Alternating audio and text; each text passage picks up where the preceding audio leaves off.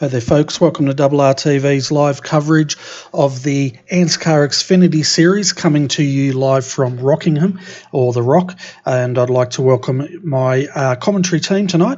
It is Steve Hoppett and Ryan Shelton. Welcome, guys. Yeah, good day. How are you, Bertie? Good day to Ryan as well. Going on, guys?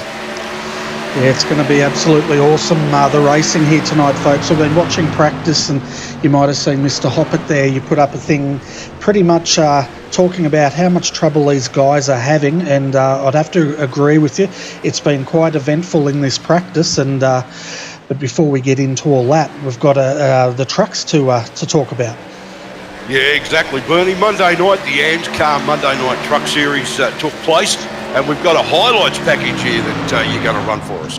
Yeah, so we had Edward Foster do the commentary on this, so we're going to go over and have a look at just exactly what happened in that truck race last Monday and who took the podium. So without further delay, let's go over and check that out. The ANZCAR Truck Series this week, coming to you from Rockingham. You can see here, great start there from Matt Danson, who took the pole, being followed by Mike Brown in the number 11 truck. Tim Dawes there, following through, just hanging on to the back of the lead pack there. Brown was very, very quick early and gave Danson a very hard time in the early laps. Jonathan Mose was hit a bit of trouble early on. And spent a lengthy time in the pits as a result of that incident there. You can also see Maxfield and Jason Nicholas coming together there, also involving Dawes and eventually involving Danson as well, starting what would be the first of many comeback tries for him throughout the race, dropping to the back of the field with some repairs there. They all did manage to get back on track, however, and Tim Dawes managed to get himself fixed up, and Matt Danson following him along back up through the field. And you can see there that Jason Nicholas also managed to get out. You see him there battling with Dwayne Preece, who had a solid run. Danson again getting involved with Mirko Doutnak there. It was a bit of a messy night for him, and Dwayne Preece, one of many to rub the wall, and unfortunately tagged the 91 Darren Brumfield there as well, but they both were able to resume, as you can see here.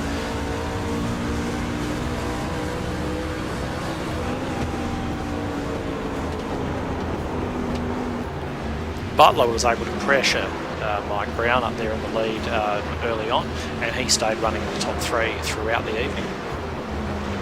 Mike Brown did manage to hold on to a lead through most of the event, however, but he did find challenges coming from just about everywhere. You see Maxfield here having another little moment there. Very difficult track, Rockingham, a lot of bumps, and very difficult to stay off that outside wall. So unsurprisingly, we did see a few guys tagging that wall and getting loose, and unfortunately in a couple of cases some other trucks got involved with them, but in this case here you just see him spinning quite harmlessly down to the bottom. Mirko Doutnak was able to continue as Matt Danson continued with his recovery drive, just rounding up Scott Butler there, and he proceeded to go forward and again put some pressure upon Mike Brown, who'd built quite a nice lead out by this point. Jonathan Mose making contact with the wall for a second time.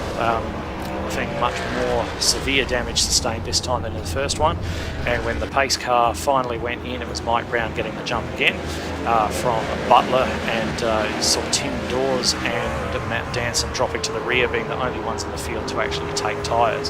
That would pay off for the pair of them later on in the event.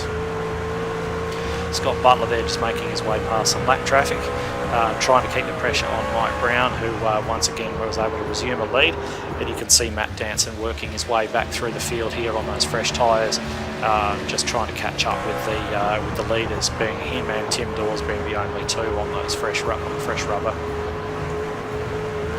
You see there Nicholas Shiles just having a bit of a rough ending to his race, as he's clattered the wall and actually damaged his engine quite substantially there as well.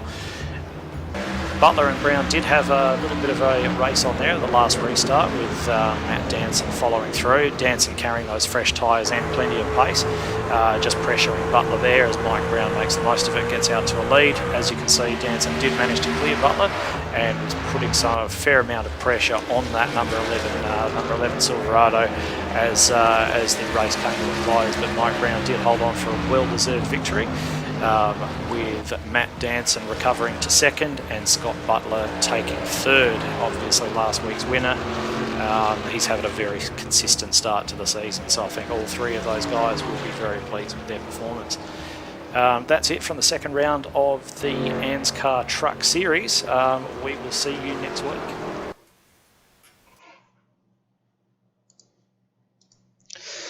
So there you go, folks. That was the highlights of last Monday night's race of the trucks here at Rockingham, and having a look at the latest points after that round.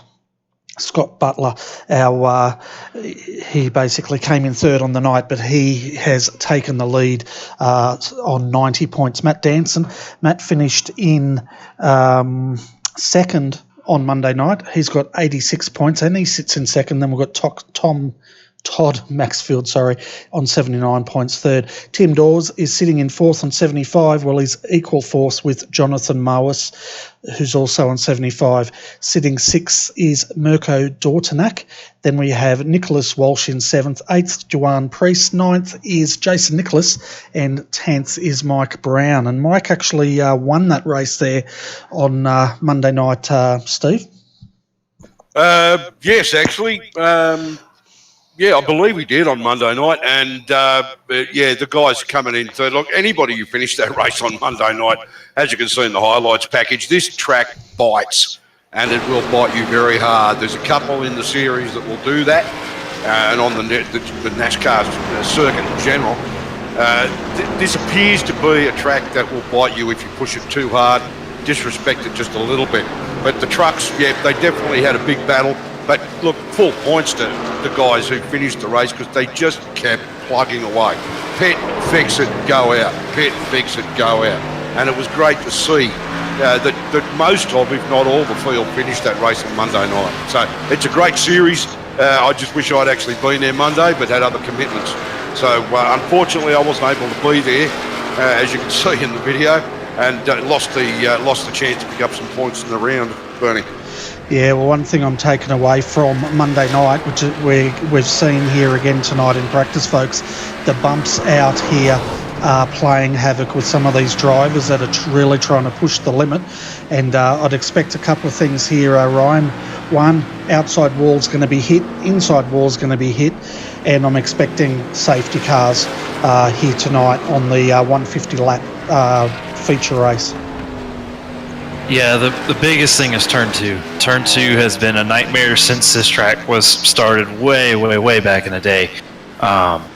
It tightens up so much, turn two, and with all this banking that the track has in it, it gives you this false sense of hope that you can actually go faster than you can. Turn two, as soon as you come off of it, it tightens up and you'll hit that wall, especially with that safer barrier they installed about 15 years back. They installed that safer barrier there on the outside, and you hit it, you'll go into the inside wall in the backstretch, and that causes massive crashes because that's a very, very tight part of this track. It's a very fast part of this track too. I do expect a lot of safety cars to be out there, and I expect a lot of cautions to come out of turn two. Well, from what I saw also Tuesday night, the K&N series ran at this track, and they had similar issues, I believe. So it's just going to be one of those action-packed nights, Bernie. I hope your fingers are flexible and ready to go on those replays. Yeah, I'll definitely do my best. But, folks, we're going to go to a quick commercial break now. We're going to be back in a minute or so for the countdown of the Xfinity Series race at Rockingham.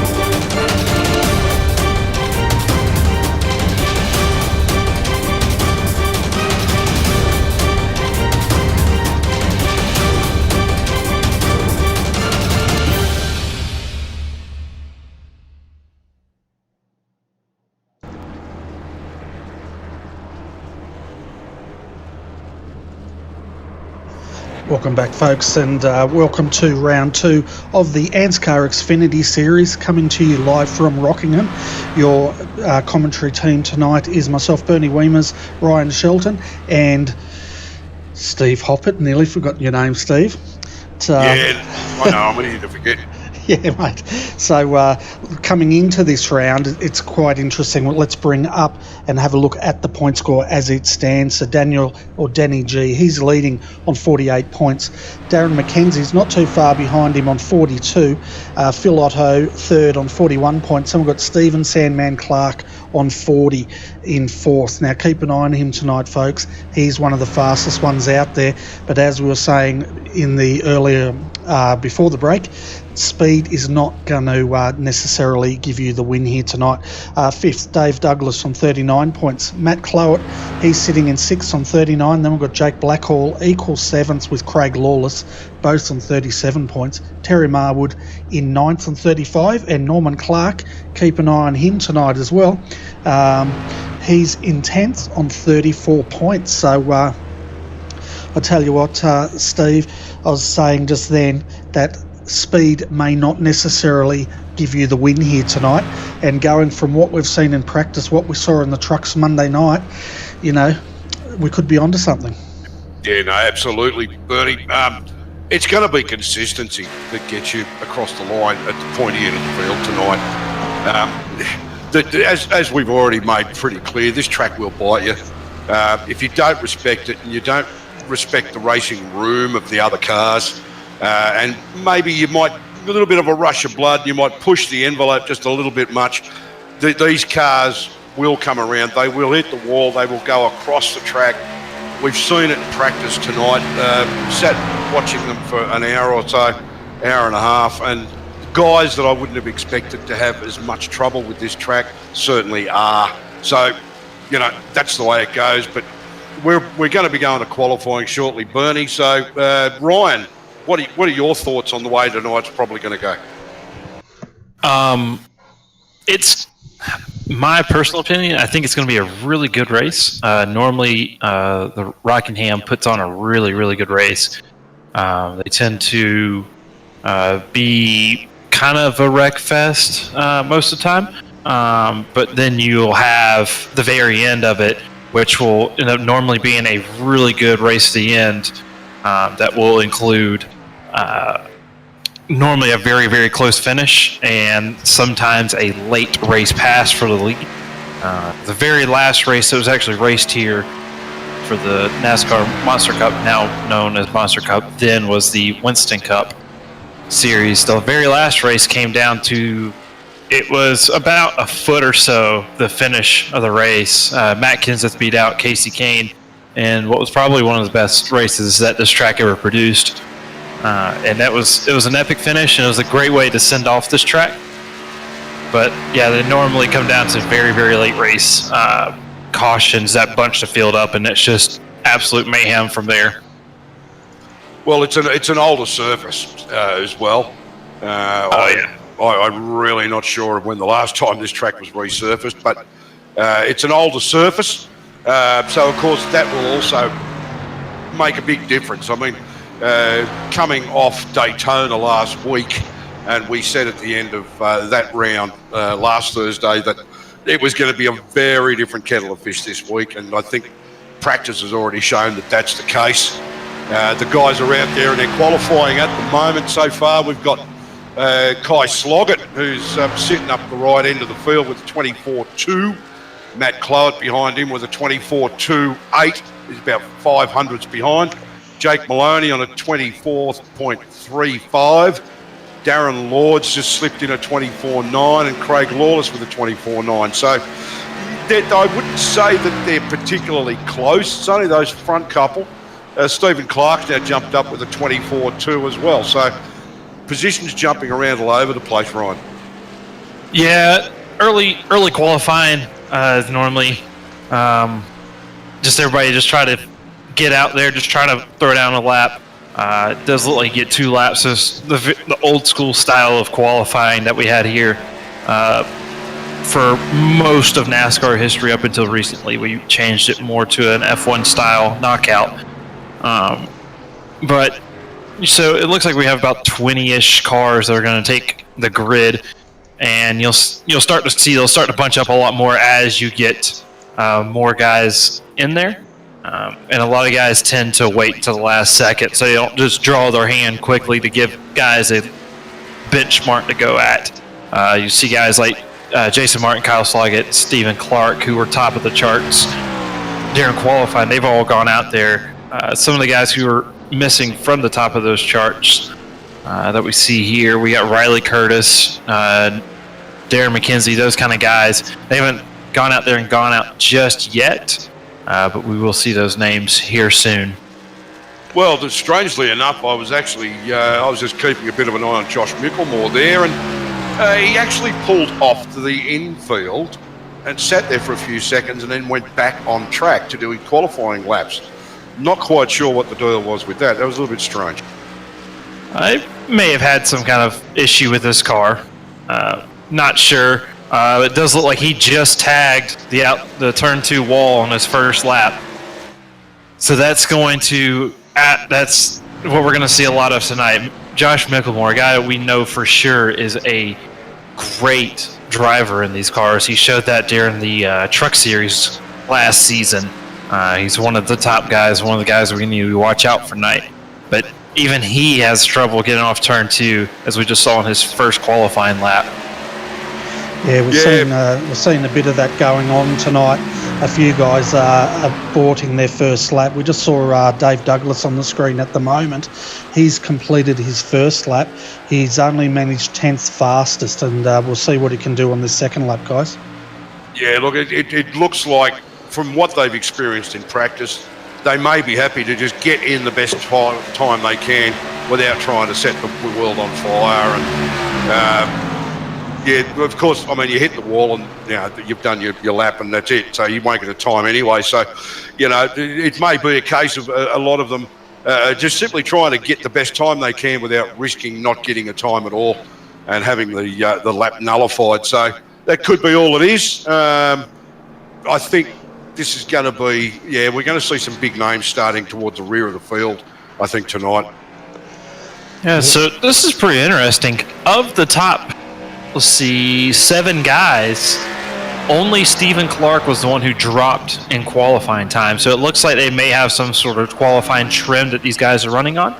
Some of these guys may have worked on that throughout the week they had to practice. But Jason Martin is currently on top of the 23.956. That is the first 23-second lap that we've had all night throughout practice and qualifying. So good on him. He's going to start pole. I don't see the guys who are left. We still have Darren McKenzie, Norman Clark, and Darren O'Brien. I'm not sure if they're going to go. They hadn't even gone out on track just yet, so I'm not sure if they're wanting to go, as we see Darren O'Brien just pull off for his first lap. So we'll see if he can't break into that first spot. Yeah, no, look, that time by Jason Martin, that's just red hot. Certainly not what I was expecting. As you said, it's the only sub-24 lap that we've seen in practice and qual. So, yeah, that's opposite to what I expected. I mean, I was just got through saying it looked like the guys were going to sort of play it safe and not really go, backs to the wall sort of stuff, which is not the expression I was going to use. But, look, he's gone that quick, and that really sort of indicates how happy he is with the car and the way the car's handling this track. And he's obviously found a good, clear, clean line to get that sort of a lap time. It'll be interesting to see how he can actually maintain that sort of speed in the car in a pack under race conditions. Yeah, I think we're going to see some really good racing. What I really hope happens for some of these guys, I really hope that they just kind of feel it out. They understand it's a 150-mile race, and there's about 21 cars we have in here, so we have 21 entries tonight. And with 150 laps, if we have one accident down that backstretch of the front cars, it's going to take out a few of these guys. So I just really hope that these guys kind of take it easy for the first couple laps. Just kind of feel it out. I know they've had a lot of practice, a lot of qualifying, but Rockingham will bite. Rockingham is similar to Laguna Seca, as in you take the corner, you're like, oh, I can go just a little bit faster. You get that false sense of confidence in you that you can go just a little bit faster, and then you end up in the wall. And that's the same thing with Laguna Seca. The same thing we see here is that you'll end up in that wall. You'll end up tearing up that right front tire, as we see a lot here. Oh yeah, it's going to be an interesting race if nothing else. Not really sure what's happened with Darren McKenzie and Norman Clark. They may be satisfied to start at the back and see how it pans out. Perhaps play the long game. It is, as you said, it's 150 miles, so being a 1 mile track, we've got 150 laps in front of us. It's a long way to go, and they may be quite happy to just start from there and see how they go, knowing how hard this track will actually fight back. They may very well be gambling on the fact that there'll be a few people come to grief and that they can take advantage of those opportunities. Yeah. So we've got Norman Clark here. He actually did put down a lap. He's got a 25-1. It's a little bit slower than his practice lap, but I imagine he's just trying to get a lap down just to kind of get out there and have the track to himself. Having this single practice on the track really helps out, as he does go a little bit faster, but he will not improve his time. He'll stay at a 25-1-1. Yeah, no, there you go. He's obviously waited till the very last minute to come out after we started to talk about that very thing and decided to put his laps in. But once again, I got a feeling that Norman was playing it safe with that. And, he'll be quite happy just to start from where he's going to start. Yeah, I think it's going to be a... Norman Clark's team seems to be very safe in how he drives. We saw that last year in the Truck Series at the Las Vegas race. He didn't really get into anybody's way. He wasn't really the fastest guy out there, but he just kind of stayed out of trouble and got a top 5. And he played the fuel game really, really well too. So it really helped him out also. So I think we'll see Norman Clark not finish 20th position. We'll probably see him move up through the field a little bit. He's a very good racer. He's much better racer than he is a qualifier. Oh, absolutely. And it wouldn't surprise me to see Norman finish right up the pointy end tonight when it's all said and done and the dust has settled as the cars begin to grid up now. We're going to go for a start very shortly. Absolutely. And so we'll start from the top. Jason Martin will take pole position, and starting beside him will be Josh McLemore. So the first row is full of talent there, and it's not going to get much less from there. You got Kyle Sloggett starting in the 3rd position, Edward Foster in the 4th position, Stephen Clark 5th, Riley Curtis 6th, Matthew Clowett will be in 7th position, Jake Blackhall in 8th. He's bound to move up from that position. I'm sure he's not very happy with his qualifying. Thomas Haynes will start out in the 9th position. Rounding out our top 10 will be James Zeitz. Jake Maloney will start in 11th. Dave Douglas will be in 12th. Daniel Stevens, 13th. Darren Martin, 14th. On to our 8th row, we'll have Terry Marwood on the inside, Darren Lord on the outside. And we'll have Craig Lawless, 17th. Steve Williams, 18th. And we'll have Roger Clark and Norman Clark. And then rounding out our 21-car field will be Darren McKenzie on the 11th row by himself. That's not a bad field at all, Ryan. The guys at the front certainly deserve to be there, but you can see scattered through the field there are guys who are going to make their presence felt, especially in the probably after about lap 8 or 10, you'll start to see the front of the field change around a bit, I think.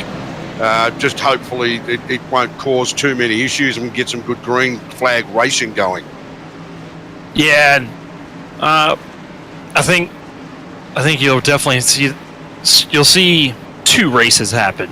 What you'll see is the front half of this race where the track is currently, and then you'll see the track change. So the track is going to change over the race. So the track is not where it will be at the final part of this race. I think the groove will move up a little bit higher in turns 1 and 2, but I think 3 and 4 you'll see everybody run down towards the bottom. So be watching out for that as the pace car peels off here, and we will be going green here very, very shortly. And Jason Martin has control of the field, and he goes early, and he will have a huge lead going into turn 1. Everybody just kind of spreads out, gives everybody just a little bit of room, and it looks like we're going to have a good time through here as Kyle Sloggett just gets around the 53 of Edward Foster, and you'll see Stephen Clark try to make a move early in the race into turn 3. Doesn't seem to make it, and everybody's sort of single file, which is what we expected here in the early race. Just kind of get everybody just log some laps, get some time in the seat, get some time around some other drivers. We got 2 wide a little bit further back as Darren O'Brien decides to pass Dave Douglas. A little bit further back, we have Terry Marwood on Daniel Stevens. So we do have a little bit of positions moving, but right now I think everybody's just kind of steady as we do have Kyle Sloggett and Steve Clark trying to battle it out. Yeah, look, I'm very surprised at the gap that the 2 leaders, Jason Martin and Josh Micklemore, seem to have put on third place backwards. There's just a noticeable gap there, visual gap between first and second and back to third and fourth. And then there appears to be another gap opening behind the Sandman in fourth place in car 96, going back to Edward Foster, or Jake Blackhall now has taken Edward Foster. Yeah, and I think a lot of it has to do with tires. I think a lot of these guys think that this run might actually go pretty long. And this track does eat that right front tire. If you start to eat that right front tire, the car will start to understeer on you, which means that you're turning the wheel and the car doesn't want to turn. That's one of the worst things you can have in oval racing, and it's not a good feeling, especially with that turn 2 wall coming up so quickly. I think some of these guys are just playing it safe, just trying to conserve their tires, and the guys up front are just trying to just get a gap as big as they can. Yeah, I got the feeling they think they may need it, so they open up a gap now, knowing full well that there will be a caution period, a pace car at some point, and they just want to make sure that their position is solid and safe at the front there. But yeah, I'm just quite surprised that Kai and Stephen Clark have allowed them to actually move away that far. But yeah, look, there's a long way to go, and these guys are aware of that. And of course, Jake Blackhall, who in practice was very frustrated with the combination of car and track, sitting in 5th place and letting Stephen Sandman Clark know that he is there and he's not going anywhere. Edward Foster behind him with Riley Curtis, Edward's teammate, followed by Matthew Clowett in 8th. James Zeiss has settled into 9th, and Jake Maloney in 10th, another name that was prominent at the front of the field in last year's series. Ryan. Absolutely, yeah. We've got a bunch of big names coming back from that last year truck series, including Jake Blackhall, who we said earlier in the pre-race, 8th position was not where he was looking for, and he's already up in the 5th position. As you were saying earlier, he is catching Sandman by the lap, and this is about to get very feisty very quickly, I believe. I think if we know Jake Blackhall well, I believe that he's going to try to move his way up through this field as fast as he can, as Sandman has made huge ground on Kyle Sloggett as he went very wide, and they're still trying to avoid the inside wall. Either that or, he tries to make a move on the outside, coming out of the corner, and he just got loose, and that allowed Jake Blackhall to come in, and this is going to get very feisty. Yeah, that was almost a case of 2 into 1 doesn't go. But both guys managed to keep the situation under control. But yeah, there's a big fight going on here for third, 4th, and 5th. These 3 guys are in a real battle for that position. While we still have Jason Martin leading from Josh Micklemore. They're battling out 1st and 2nd. And then we've got this second pack with a gap there of Kai Sloggett, Stephen Clark, and Jake Blackhall. And then a slight gap back to Edward Foster, Matt Clowett, and Riley Curtis, James Zeiss, Jake Maloney, That still rounds out your top 10. Beyond that, we've got Thomas Hinds in 11th, and Darren O'Brien, Terry Marwood, Dave Douglas, then Daniel Stevens in 15th, Darren McKenzie behind him, Darren Lloyd, Craig Lawless, Roger Clark still back in 19th, which is a bit of a surprise.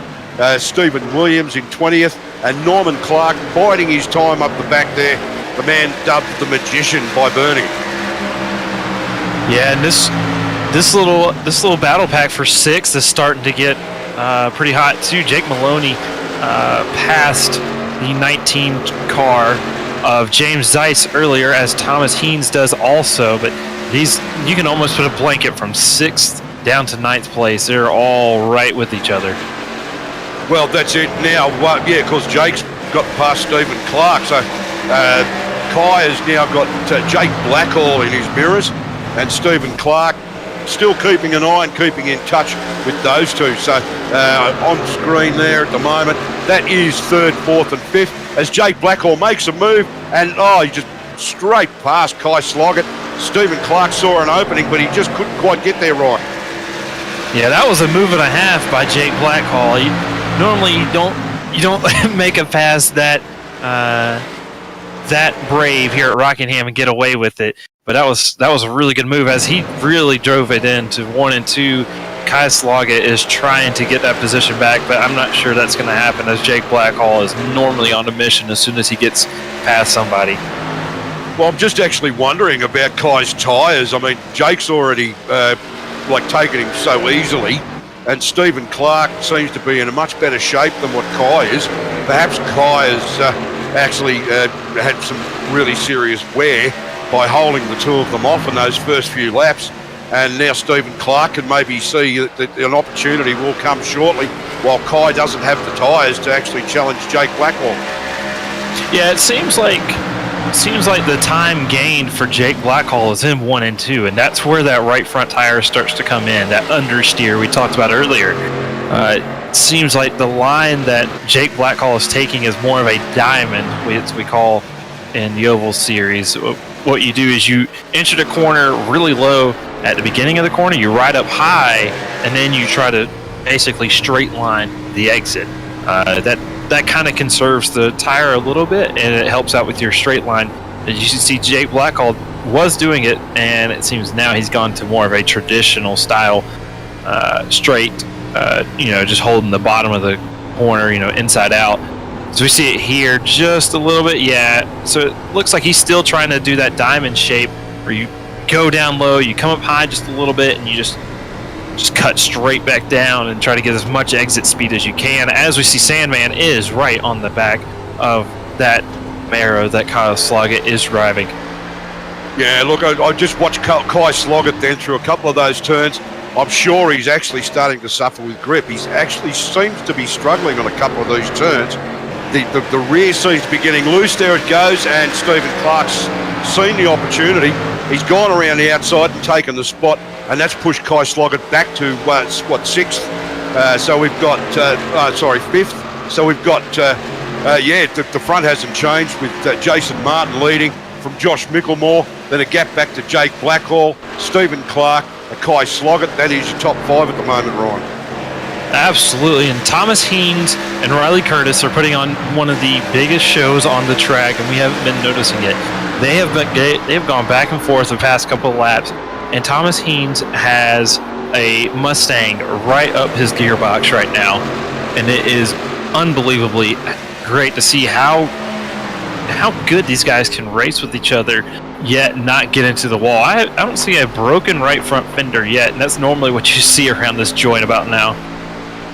Yeah, look, I normally try and keep an eye on the what's going on mid-pack and beyond, and there's usually some good racing and some challenging there, especially at this stage of the race. But that battle at the front, especially with 3rd, 4th and 5th, has just been so enthralling with those three guys swapping positions that haven't had a chance to keep an eye on these guys. And yeah, Riley certainly making Thomas know that as soon as the chance comes, although Thomas has opened up a slight little gap from him there, as he actually comes up on car 29, which is Jake Maloney, Brian.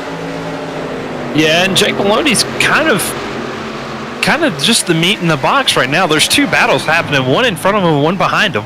Yeah, right in front of him. There's Edward Foster and Matthew Cluett. Matthew Cluett is just trying to find an opening right now. He's searching high and low, trying to get a spot as he looks like he's going to try to make this pass stick. He's going to go in there. Oh, no, they touch. That's going to spin Edward Foster. Oh, he saves it. And they're still under green flag conditions. No, he keeps it off the wall. No, he doesn't. He taps the wall, and he's going to spin it. And I think that should probably bring the caution out. Well, caution's not out. It's still yellow. Still green. Yeah, we're still under green. No pace car yet. That's got to be the gentlest NASCAR crash I've ever seen between two vehicles. Yeah. Yeah, you're not wrong on that one. And speaking of, Jason Martin is flying right now with that not caution that just came out.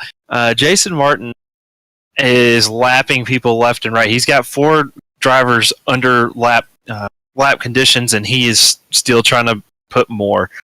He just lapped Craig Lawless just now.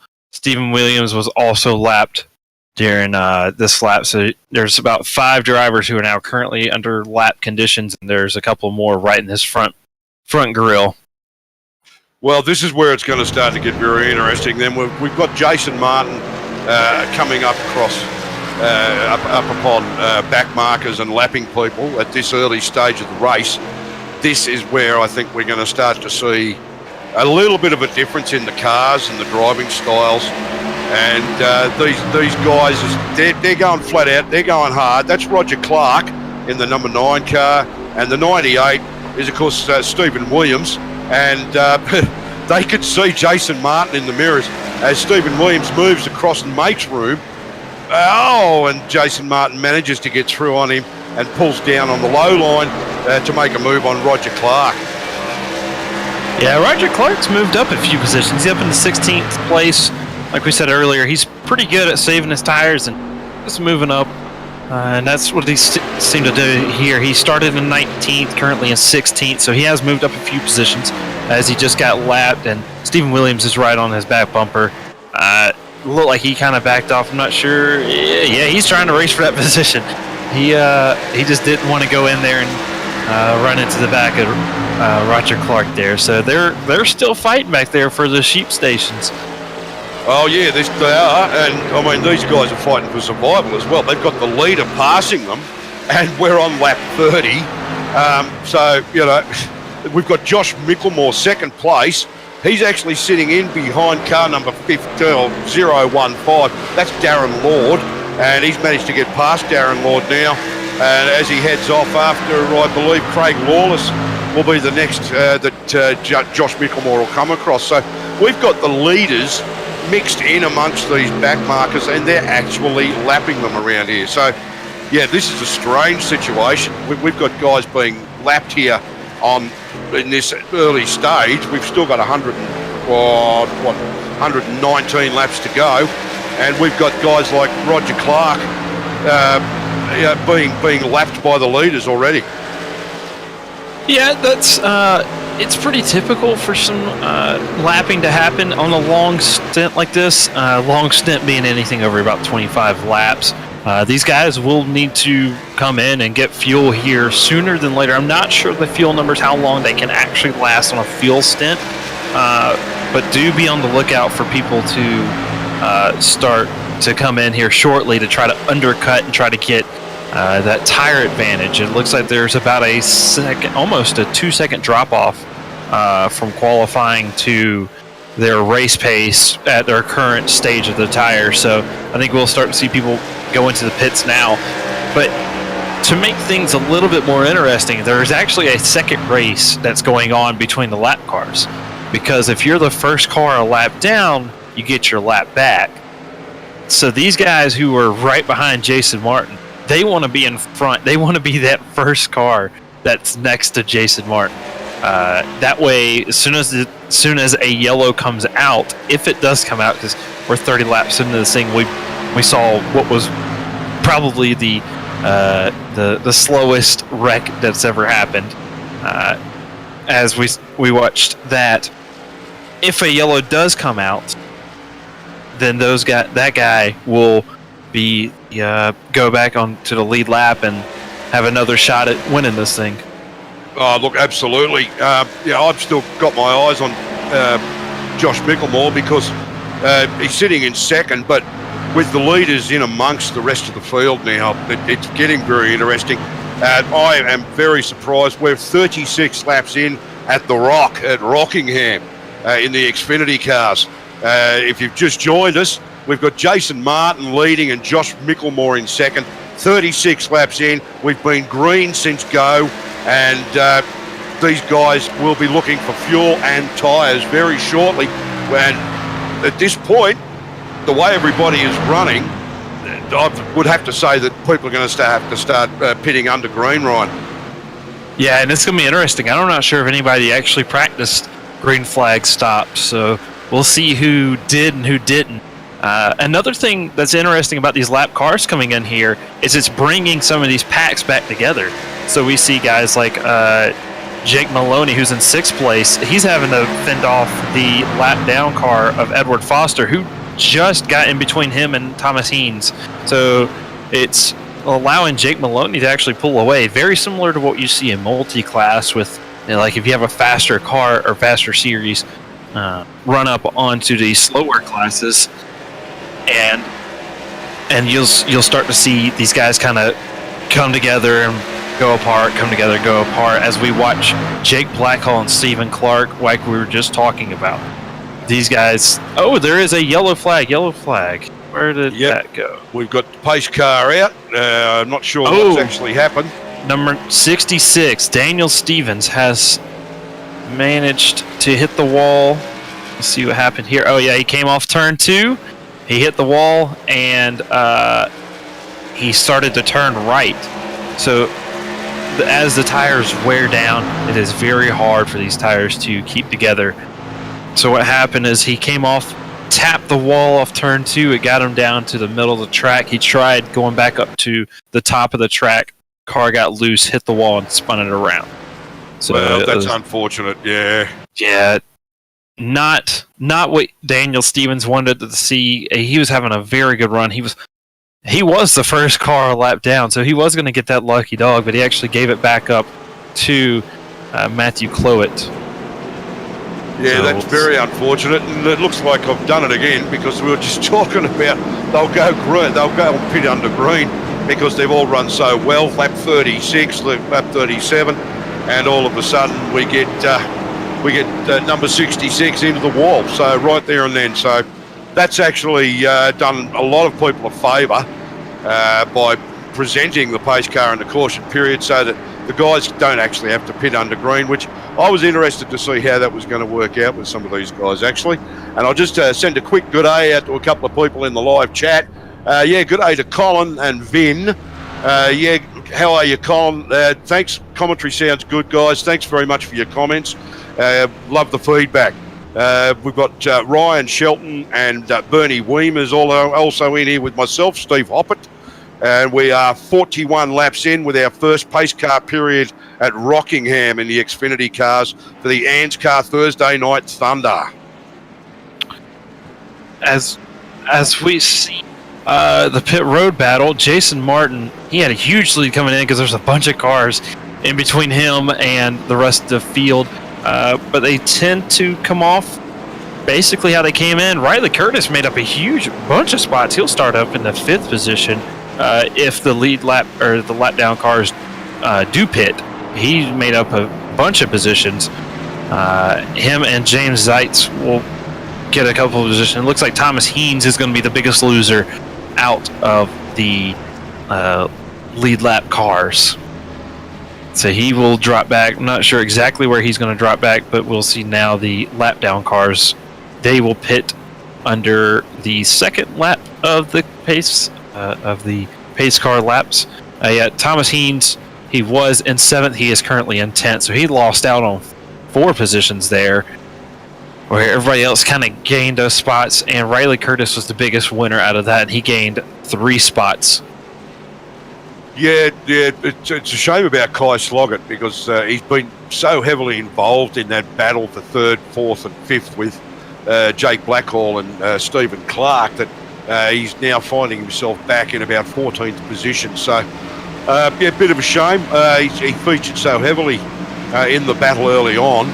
But it's a long way to go still. I mean, we're lap 42, just clicking over 43.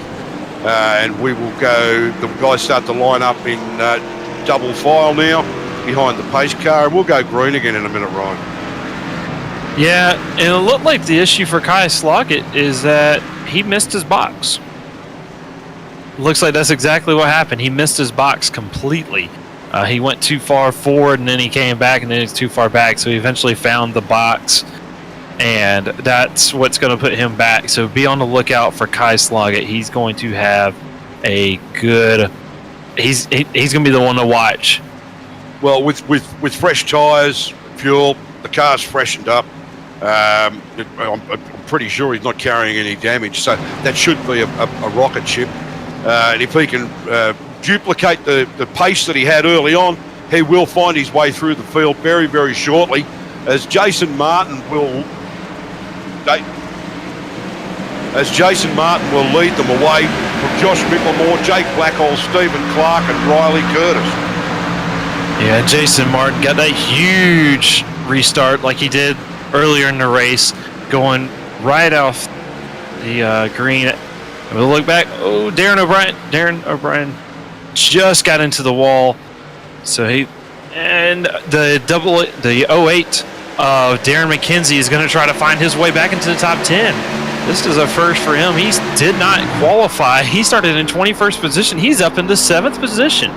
Look who has moved his way up through the field. Thomas Heens is going to try to make do also on Darren O'Brien's mistake of hitting that turn 2 wall, and he's going to try to see if he can't move back up into that 8th position, make up some of those spots that he lost on pit road.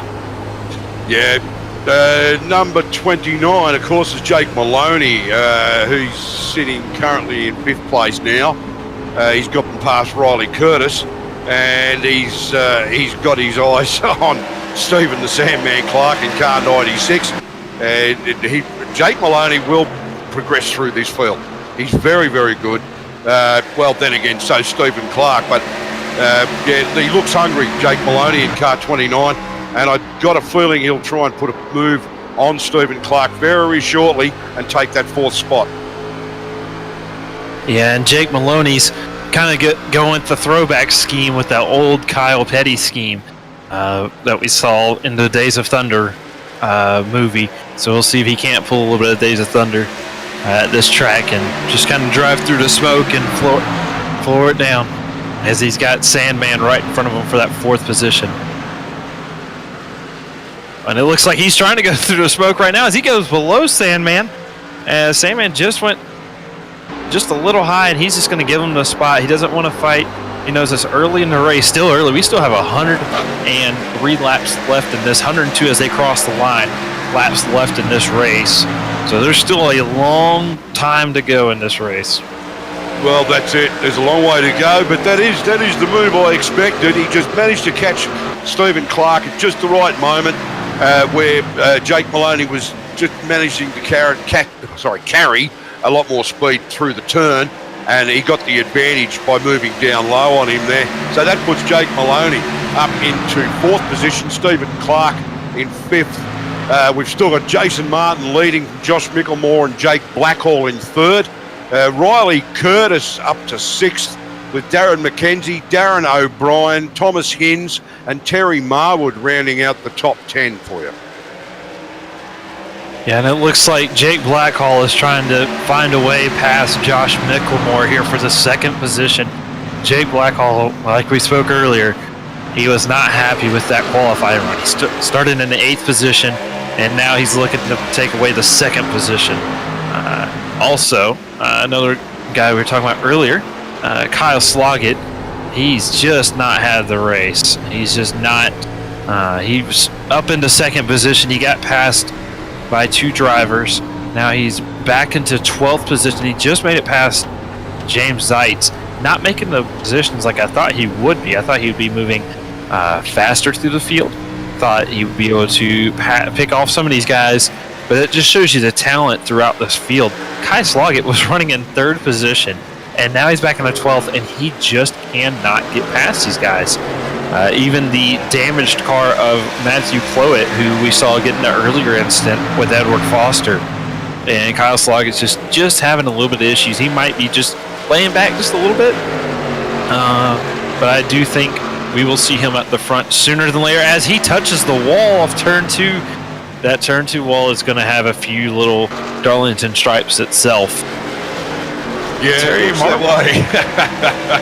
Yes, so we've got Kai Sloggett really seems to be struggling to present the pace that he had earlier on. These guys giving him a little bit of trouble. It's not as easy to get past them as he may have thought it was going to be. And he's got Thomas Hens, who's coming on fast behind him in the number 19 car, which is actually puts in well, he's actually in 13th position. Yeah, Kai Sloggett 12th with Matthew Cloet ahead of him. Who's actually now been passed.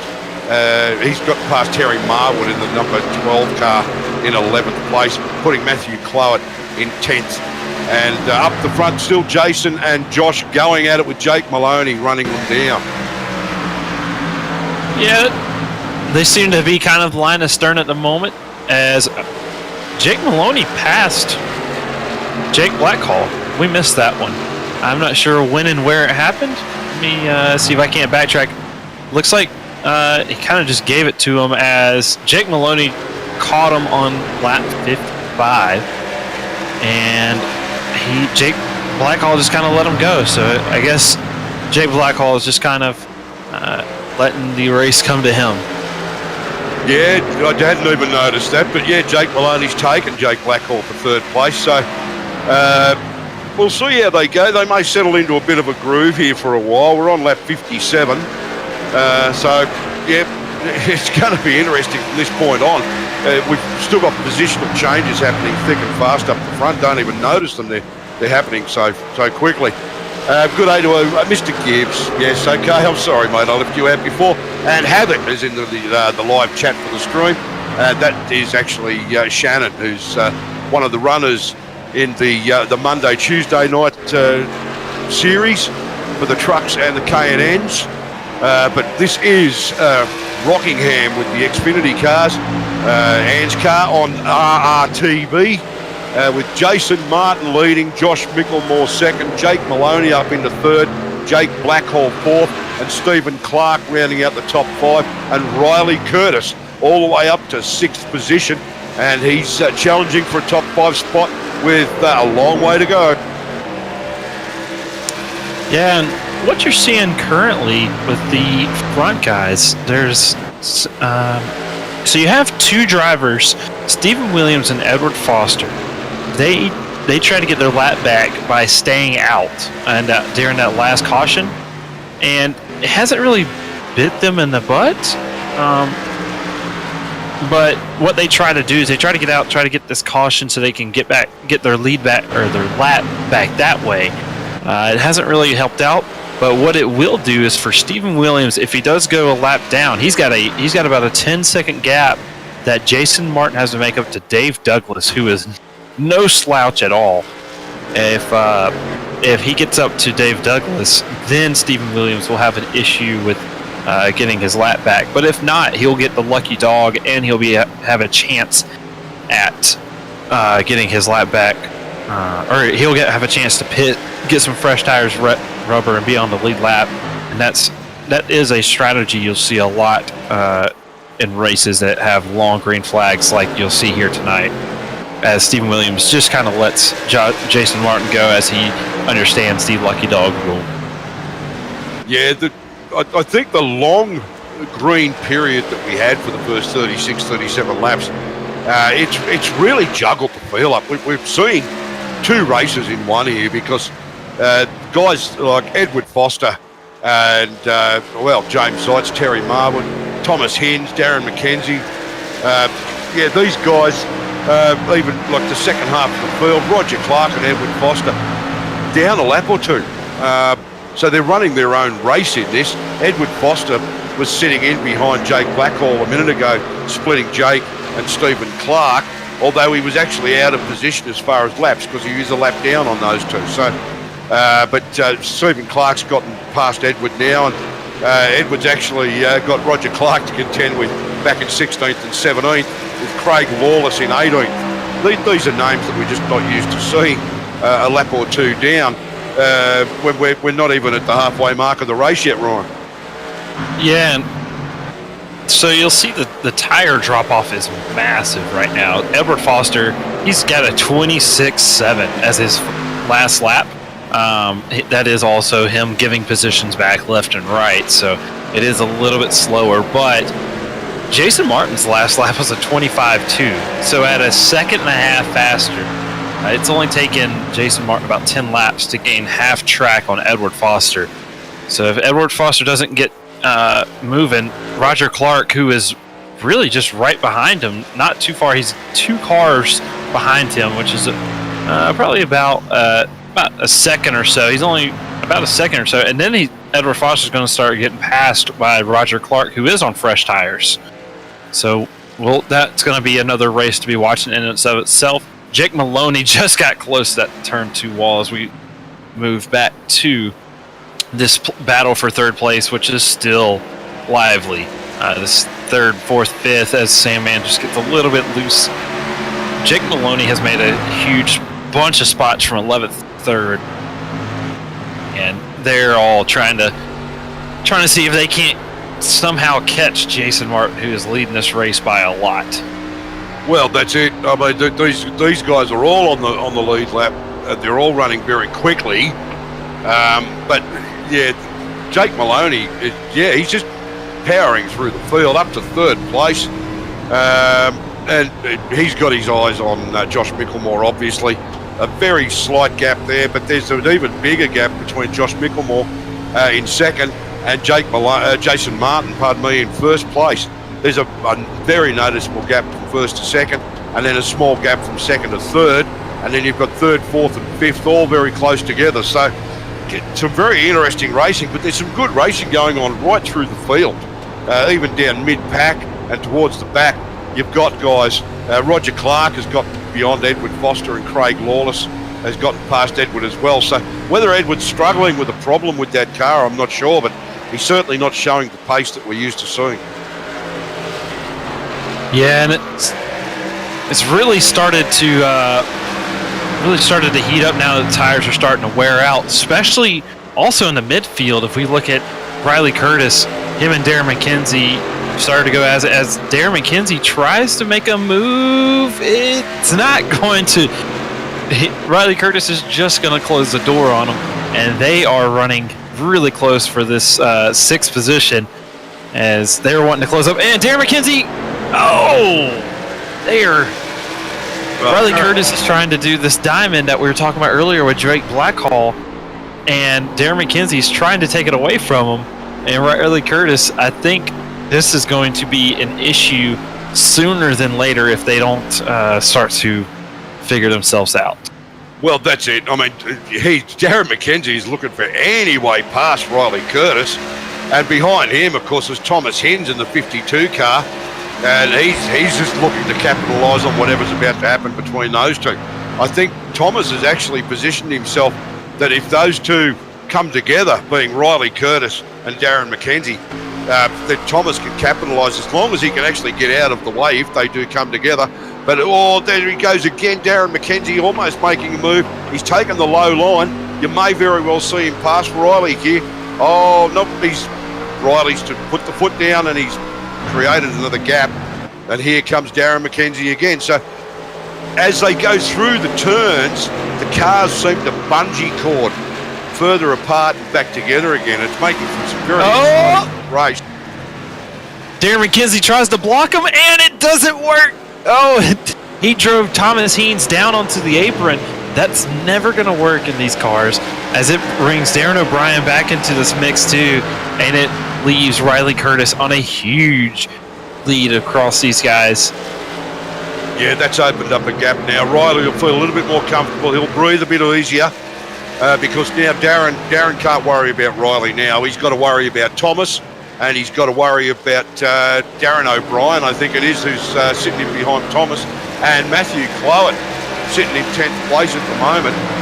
He's actually closing in on that pack of 3 that we were just talking about then, Ryan. Yeah, Matthew Clowett has shown some speed in that damaged 54 NOS Camry. He's got some speed in that. I don't think that damage actually caused anything. I think it looks a little bit more damaged than what it actually is. So it's a good sign for him. And there's a car in the wall, 52. Thomas Haynes is in the wall, and he is down onto the apron, and there is still no caution. Did not spin on the racing surface, and that car is destroyed currently. I think he's going to try to create a caution here, though. And he's not going to get it. Yeah, no, he's not going to get the caution. He's going to pit that car, is he, or is he going to rejoin? A little bit hard to tell. I think he's allowing the traffic to go through, but yeah, there's noticeable damage on that car now, and that's going to affect his chances. And he's dropped right back to 14th spot now, Ryan. Yeah, going on board with him. It's just, yeah, he's just going to go ahead and pit it. It looks like the car's got way too much damage for him to continue on currently. So we'll see him. There's a lot of aero damage on that vehicle, so he won't be competitive with the cars that he was actually running with a moment ago anyway. So he looks like he's going to pit it, see if he can fix the damage. He'll give fresh tyres and a load of fuel, come back out and try and make the most of this green flag pit. Yeah, and it's going to be a long haul for him to get back. Now, granted, what is going to play into his favor is that he will have brand new tires. He will have brand new tires, so that's going to give him about a second and a half to 2 second advantage. But he's spent so much time wrecking, getting back to the pit, that he's going to lose a lot of time doing this. It's going to be a lot more time than he probably should have lost, to be quite honest. As we see back on track, position 4th has been taken by Sandman. Sandman has finally taken that 4th position back from him. Yeah, my scoring still hasn't updated, but I can see on track Stephen Clark has passed Jake Blackhall and taken 4th position. Good day to Wee Han in the chat. He's somebody who's been in the RRTV commentary position as well as on track in an ANZCAR race. Good day to you, Wee Han. Riley Curtis still comfortably sitting there in 6th, biding his time, and he seems to be running a fairly good and consistent race, which is what was mentioned before. The consistency will be what these guys need to finish at the pointy end.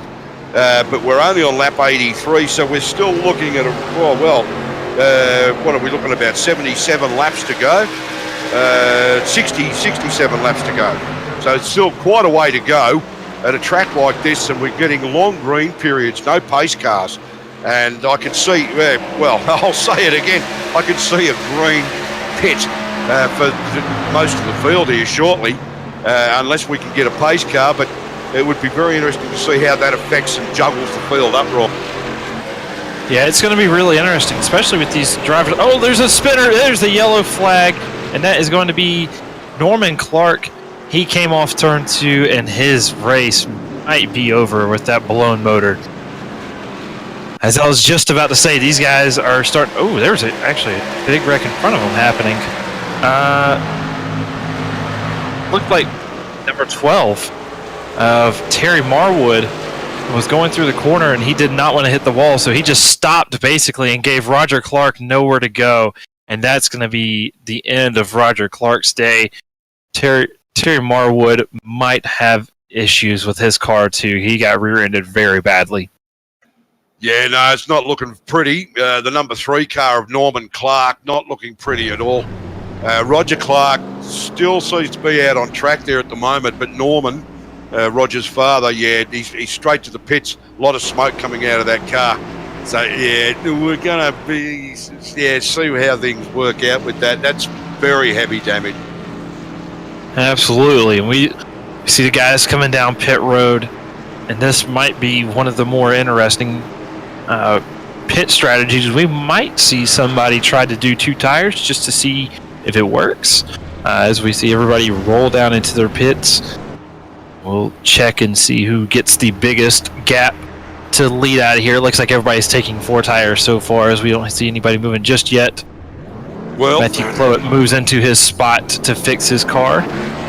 And Josh Miclemore almost beat out Jason Martin coming off the pits.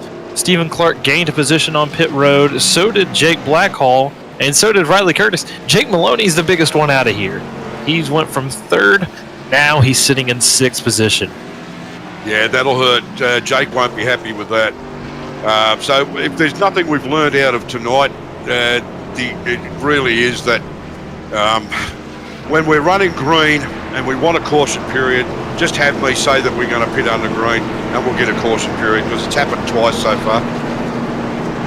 Yeah, that seems to be the commentator's curse, isn't it? Well, yeah, at least I'm not cursing a particular driver. It's it's just whoever plays it. Yeah, just whoever's still running around this joint. Speaking of still running around this joint, we currently only have one disconnect, which was Thomas Haynes. I believe his car was just a little too damaged for him to continue, so he is the only one who will DNF tonight. The rest of the drivers, we still have 20 cars on track. We'll start from the top, which currently has Jason Martin, who has led every single lap of this race. Nobody has led a lap other than him. Josh Miclemore in 2nd, Stephen Clark in 3rd, Jake Blackhall 4th, Riley Curtis 5th, Jake Maloney 6th. Darren McKenzie will start in the 7th position on this restart. Matthew Clowett will be 8th. Darren O'Brien is 9th position. Kai Sloggett has finally moved up a few positions. He will be in the 10th position. And we'll have Dave Douglas in 11th, James Zeitz in 12th, Roger Clark in 13th, Terry Marwood in 14th position. We will see that might change due to him trying to fix his car. And all the lap down cars include Terry Marwood, Roger Clark, Stephen Williams, Daniel Stevens, Craig Lawless, Darren Lord, Edward Foster, and Norman Clark. Like we said, Thomas Haynes is out of the race in 21st position as they double file to go back green again. We've had green flag for most of this race. We've had 2 cautions, both for incidents off the turn 2 wall. So we'll see if Jason Martin can run away from Josh Miclemore as he has all night. Josh is pretty good on the restarts. So's Jason. So this is going to be a very interesting battle when that pace car pulls off the track. And don't forget, you got Sandman Clark and Jake Blackhall right behind them, right?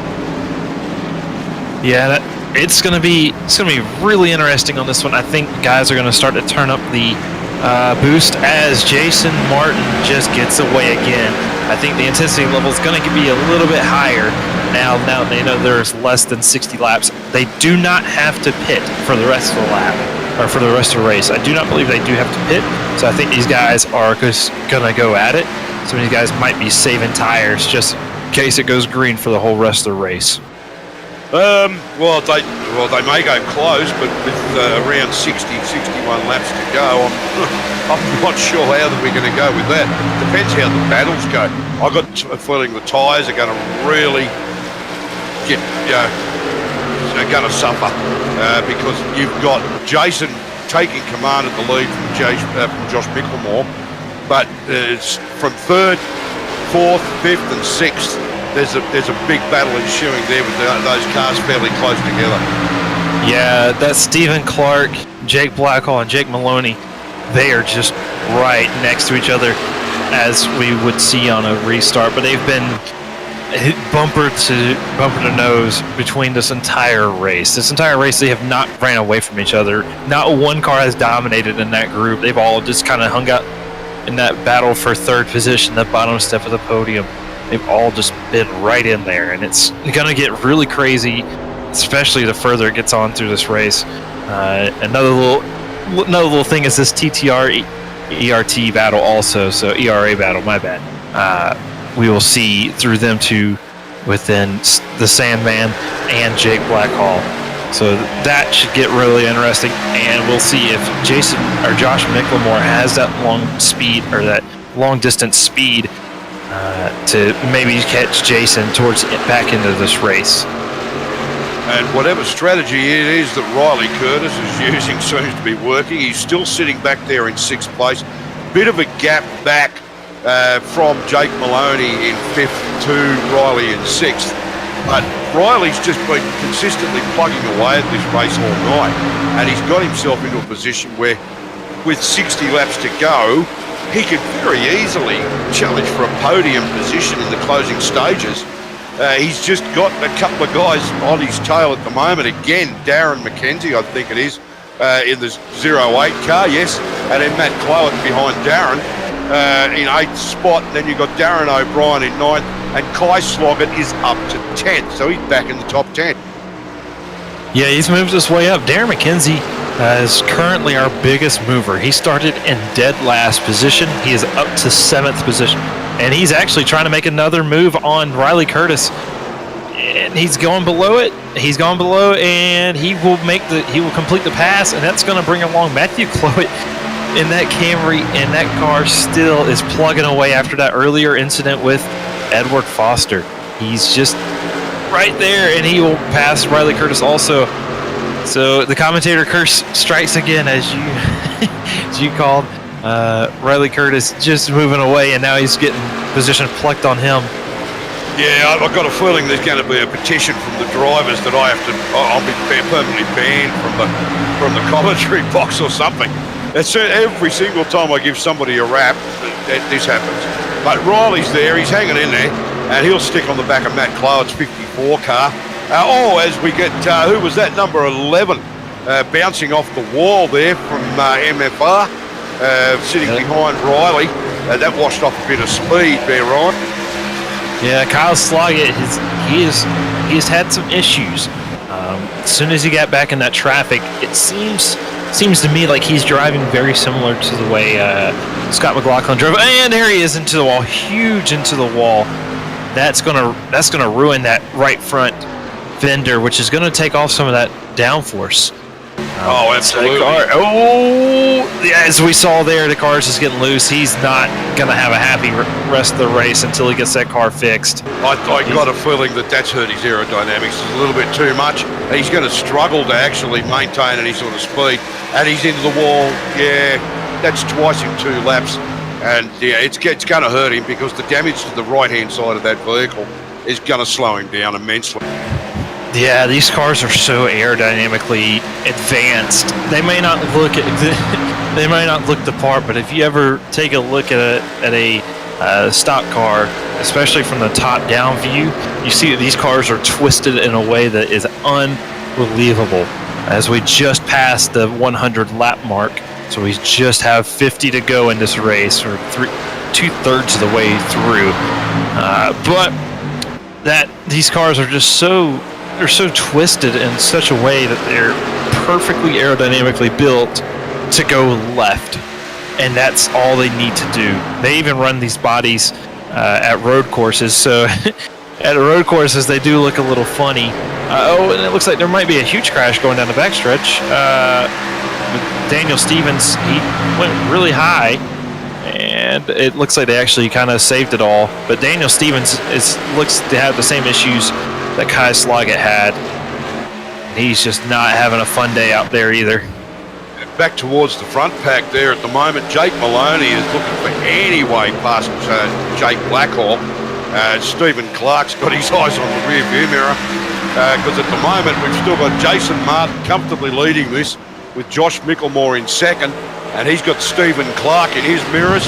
Behind Stephen Clark is Jake Blackhall, who's trying to fend off a charging Jake Maloney in 5th position. So Jake's looking for any opportunity to get past, and he's trying to make opportunities.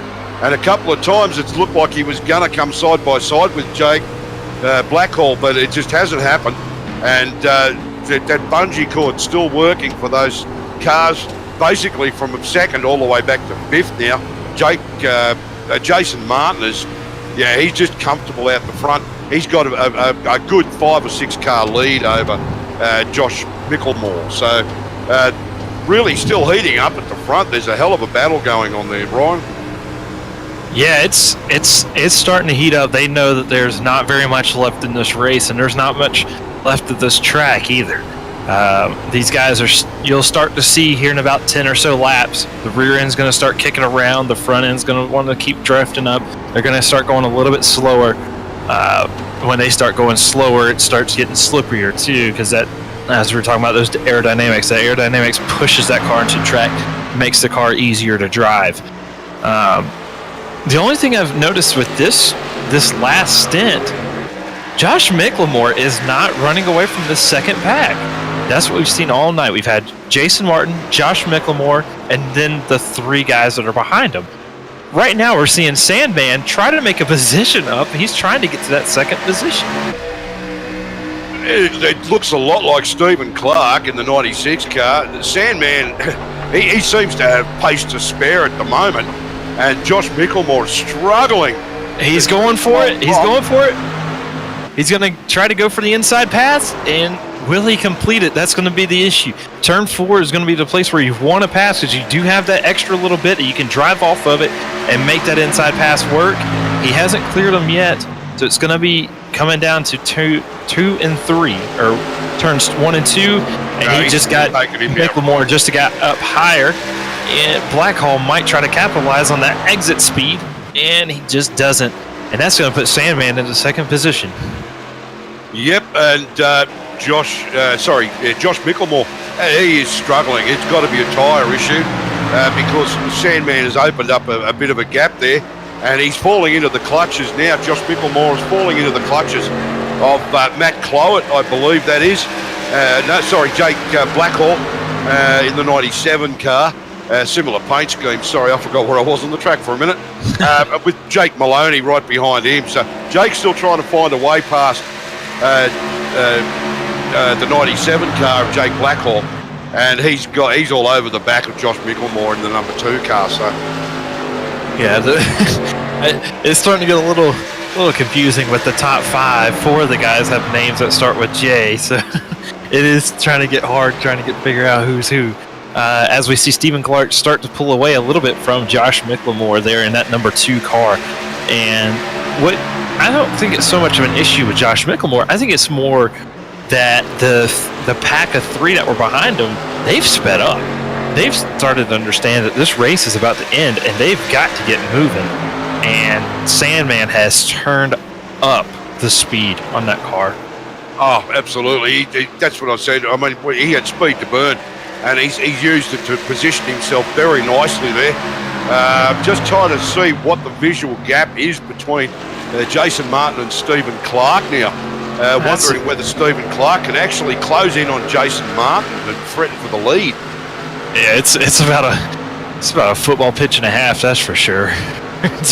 Jason Martin has stretched it out to almost a 3-second lead. He's lapping at about a 10th to a little bit more. We'll see this lap just how much. Yeah, it's 2/10 that lap. So Jason Martin is just putting a clinic out here, very similar to what we saw in the 2016 rendition of the Coke 400 with Martin Truex Jr., where he just led almost the entire race. It's very similar to that. Nobody's going to touch him. It's so long that Jason Martin doesn't make an issue of himself, Stephen Clark has no chance, and the rest of the field doesn't have a chance. Well, it's pretty similar to what we saw in the 2017 ANZCAR Series races with Jason Martin as well. I mean, there were several times there where he did exactly what he is doing now, and he just dominated a particular race, opened up a gap, and just ran with it. And he was just basically did exactly what he's doing now. Huge gap, comfortable lead. Barring any problems with tyres or anything, I do not see him being challenged for the lead. Stephen Sandman Clark almost fairly comfortable in second here, back to third place for Josh Miclemore, who's still being monstered and harassed by Jake Maloney and Jake Blackhall. Yeah, if we look further back into the field, the number 27 of Darren O'Brien has about a 6/10 lead over Riley Curtis and then Kyle Sloggett. So they're about a second apart from those 3 drivers. They are very close together. Kyle Sloggett is still having issues with that car, and I think he's going to continue having issues with that car. He just bounced off the wall last lap also. So I think he's just not enjoying it. He's starting to catch Riley Curtis just a little bit. This lap he did catch up by, it looks like he gained about a tenth that lap. So Kai Sloggett is making ground on Riley Curtis. So we might see a pass there sooner than later. Ooh! Kyle Sloggett just moved. It was Darren McKenzie, our biggest mover of the night, might have had some issues. It looks like his internet went out. Darren McKenzie's internet went out. That is no fun. He just joined back into the race, but that is no fun. As we join back up to the front, third position, Josh McLemore is still trying to fend off Jake Blackhall and Jake Maloney. Those guys have just been on fire. Well, back around 14th and 15th, we've got Daniel Stevens in 15th, who's actually, there's obviously a lap-wise positional situation here, because we've got Daniel Stevens in 15th, Terry Marwood 14th, and Roger Clark in 13th. But physically on track, Daniel Stevens and Roger Clark are battling. And I'm not seeing Terry Marwood anywhere near them, but he's positionally in between them. So that battle's just continuing on. The two teammates from Middle Finger Racing, Daniel Stevens has taken Roger Clark, and that's going to be very interesting to see how that works out. I think there's a couple of laps between them, actually. Yeah, Stephen Williams does have that lucky dog position, so if a caution comes out within the next 30 laps, we will see Steve Williams get his lap back again. So hopefully we'll see him try to move up a couple of positions, as Josh Mickelmore has made a little bit of a gap on Jake Blackhall, but Jake Blackhall has not made that same gap on Jake Maloney, and he is not letting him run away. Yeah, it looks like Jake Blackhall's opened up. Josh Mickelmore has opened up. There's too many Joshes and Jakes in this race. Josh Micklemore's actually opened up a comfortable gap there for sure over Jake Blackhall and Jake Maloney. So those two will battle it out for that. With only 27 laps remaining, it's going to be very interesting to see. Barring problems, I don't know whether there's going to be much of a change for the podium. Depending on how things go with the two Jakes chasing down Josh Mickelmore in car number 2, who currently sits in 3rd, and he'd like to be a little bit closer to Stephen Clark to challenge for 2nd place, but that's a fight that he's yet to manage. Yeah, and with 30 laps to go, I do believe we'll start to see this tire start to degrade, as we're going to move on to Riley Curtis and Kai Sloggett. Kai Sloggett has started to gain those tenths back, as Riley Curtis is trying to find a high line, trying to see if he can't make that high line work. Seems like he's making it work just a little bit, but it looks like he's started to move up high to, again, watch out for those tires. That rear end's going to start coming around as you start coming off 2 and 3, or 1 and 2. So we see Kai Sloggett just into the wall again one more time. But the rear end's going to start coming around as these guys start to put more and more laps on these rear tires. Yeah. So we have Jake Maloney just made a pass on Blackhall, and it seems to have gone back. Jake Blackhall might have passed him back, as we see here. Let's see here. Yes, so he has made the pass on Jake Blackhall. So Maloney has put himself into the 4th position. We did miss that just a little bit.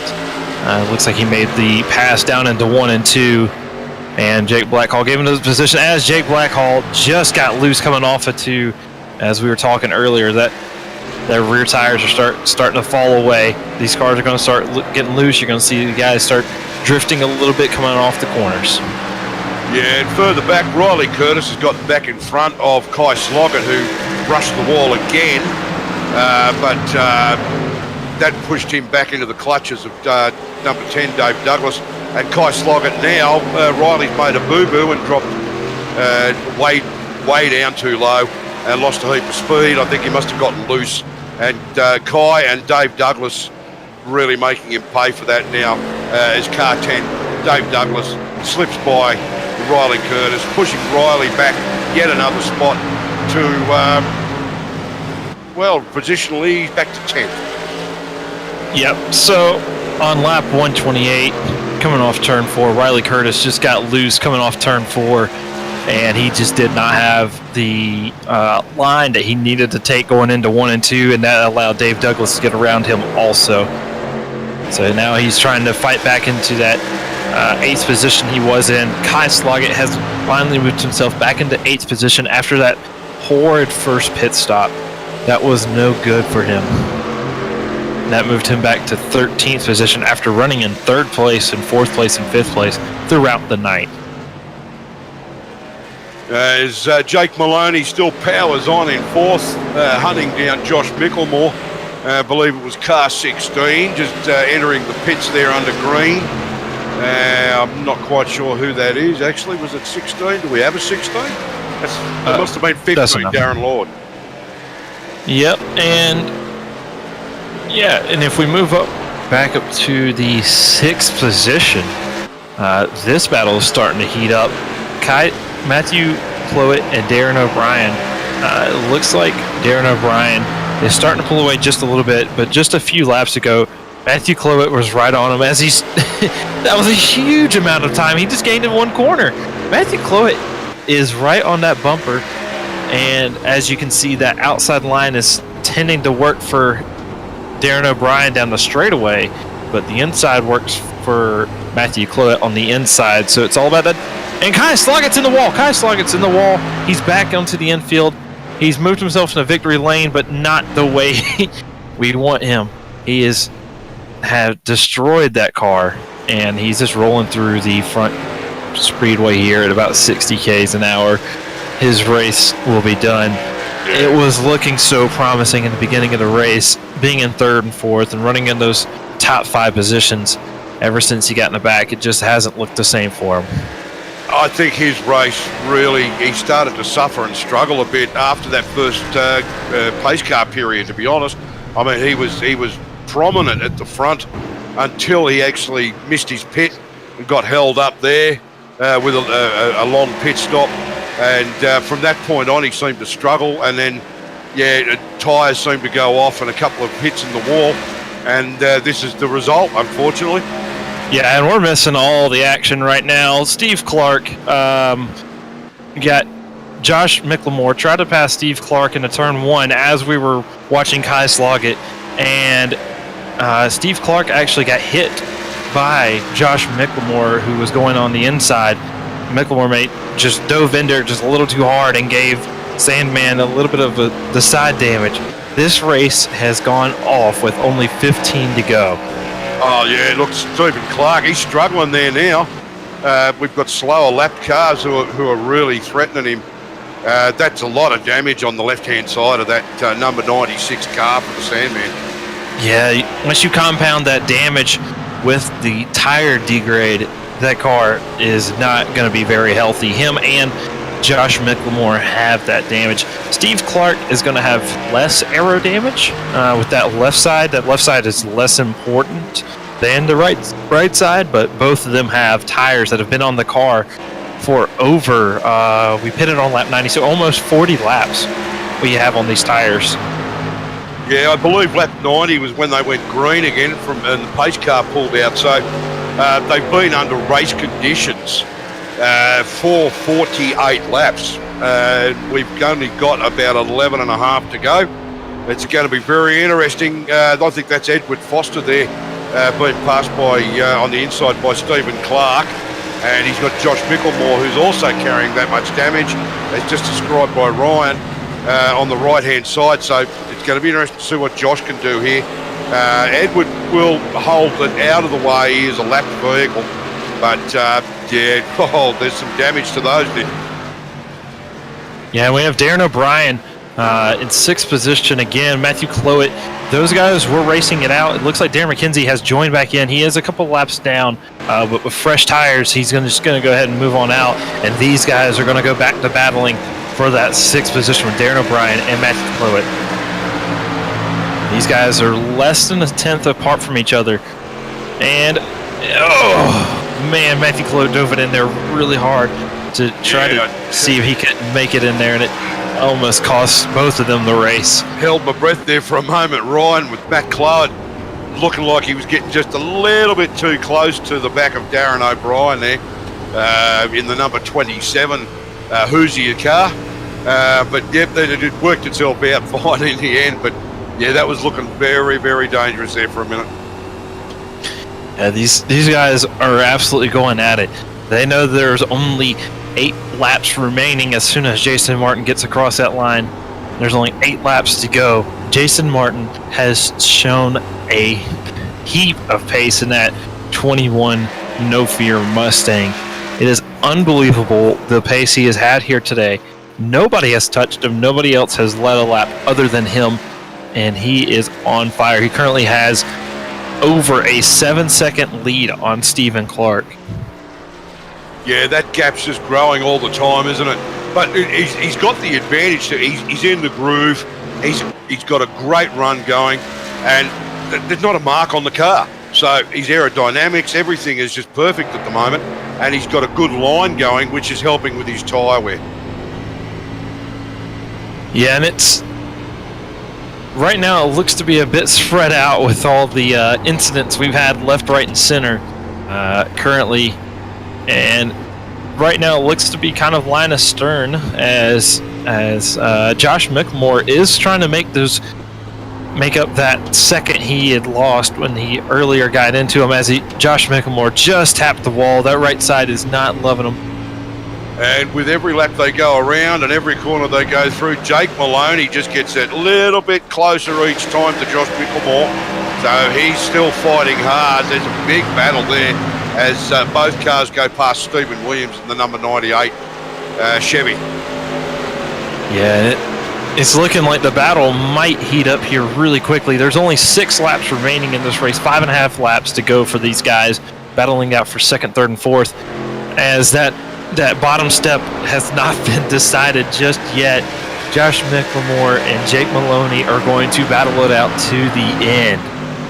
This is about to get really, really, really frantic here, as it looks like, back in the back we have what looks to be a slow car in the 53 of Edward Foster. It looks like he tried to get down below the field just to let everybody go, and he just got a little loose and almost caused a caution. But back up here in the 3rd position, there is 4 laps remaining in this race, and these guys have got everything out of these cars. There is nothing left in these cars. They've been riding around for 55 laps on the same tires on the old bumpy surface, a track that's not meant to be driven on for this long with these tires. These cars are not driving like they should. Micklemore has right side aero damage, and Jake Maloney's car is perfect, but Jake Maloney has a car in front of him. That's the issue. He's got to get around him, got to get around Micklemore to get that 3rd position. Well, he's got 2 laps to do it, and he's going to have another crack as he moves. Oh, yes, okay. The camera angle lied. He looked like he was a lot closer than he was. Yeah, Maloney is going at it. He's going to leave everything out there on the track. Nothing's going to be left on that table. Nothing's going to be left of these tires either. Micklemore just shows a little bit of that inside, and Maloney tries to take it, but he just won't. These cars are hard to drive in a straight line currently, as you see Micklemore just moving around, and Maloney is getting very close. He will have 1.5 laps left to try to make it. He's getting a little loose out there coming off turn 4. 1 lap to go for these guys. Jason Martin has solidified himself in the 1st position. He just has not to wreck. So has Stephen Clark, who is just in front of these guys, but these guys haven't figured out who's going to finish in 3rd yet. Maloney has 1 more corner to go. See if he can make it. He throws it down the inside. Just 1 last gasp, and he will not get it. We still have 1 more to corner. You still have to exit turn 4. Ew. and he won't get it. Josh Micklemore will finish in the 3rd position. Jason Martin wins the race in stunning fashion. And what a race that was, as we'll run through the finishing order here shortly. Man, what a race that was, Steve. Fantastic stuff, Ryan. What an exciting finish to that one. Jake Maloney throwing absolutely everything at Josh Micklemore. And Jason Martin led every single lap of the race. Incredible stuff. Stephen Clark managed to bring it home 2nd, even with that bit of damage on it. And just fantastic racing. Oh, we missed the best race on the track, too. Matthew Clowett, Riley Curtis, and James Zeitz. Those guys were going at it. We didn't realize until just now. All 3 of those cars finished within 1/10 of each other, and Matthew Clowett beat up James Zeitz just by 1/1000th of a second. We missed that one. That was for sure. And just to kind of give you a little bit of a radio commentary on what happened, Matthew Clowett was behind Dave Douglas. Dave Douglas slowed down, allowing Riley Curtis to catch back up to him in turn 3. Riley Curtis goes on the inside, misses him, tags Matthew Clowett just a little bit, and that gives James Zeitz just enough to get on the outside, and he almost passes him. There was less than a damaged car width between them. It was literally less than a centimeter between the 54 of Matthew Clowett and the 19 of James Zeitz. That was such a good finish, and we missed it. But we had so many good finishes around the track that I think it's okay that we missed it. Look, all the way through the field. I mean, we had cars that were so many laps down, but the constant racing all the way through the field. Everybody just went hammer and tong, fighting for position to anybody that was around them that was on the same lap. Incredible stuff. Yeah, that was definitely one of the better races I've seen here on iRacing. It was very, very clean for a Rockingham race, and it was extremely good for a race just in general. It was great watch. It was a great time to be in the booth. Oh, and, yeah. That was a good one. And just so that people know, yes, I have been watching the live chat, but I'm ignoring it.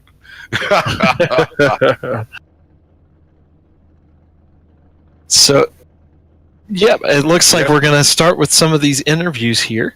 I do believe we're going to bring in the winner of the race first, Jason Martin, so we'll let him get out of his car and get into victory lane as we see Jason Martin dominated this race from start to finish, green to checkered. He never moved out of that first position. Jason Martin, how you doing? Real good now, mate. Absolutely wrapped with that race. Couldn't have gone any better. Now, we noticed you started out first, you finished first, you ran the whole race in first. You didn't really pass anybody other than some lap cars, so how was it for you? Yeah, it got pretty tricky once the track heated up. I was getting as low as possible in the turns to try and find a little bit of grip. There just wasn't much there. Yeah, we noticed as soon as you started to get about 20 to 30 laps on the tires, it started to get really loose coming out of the corners. Did you notice any understeer also? Yeah, a little bit, but if you just took it a bit slower on entry, you could get around it and it wasn't a problem. Yeah, man. So it was a great watch overall. So just overall, just how did the race go for you? Did you have any problems anywhere? No, it was a pretty comfortable race, really. Hopefully it was more entertaining behind me. Yeah, no, it was a fantastic drive, Jason. Like, incredible stuff. You just seemed to just be smooth and consistent, and the comment was made before the race that it was going to be consistency that actually put people at the pointy end, and you just, consistent was just the way you drove all night long. So fantastic stuff. There was a fair bit of action and a lot of positional swapping behind you. The second, third, fourth, fifth, sixth, they changed all night long. There were long periods there where you had Josh Micklemore in the first half of the race behind you. but then he sort of fell back into the clutches of a couple of the other guys as he had some tyre issues. But look, beautiful drive, and you opened up a nice gap there and made yourself comfortable at the front. So congratulations and fantastic stuff. Anybody you want to give a shout out to, sponsors you want to thank? No, mate, no sponsors, so just got to thank RRTV for broadcasting the series and ANZCAR for putting it on.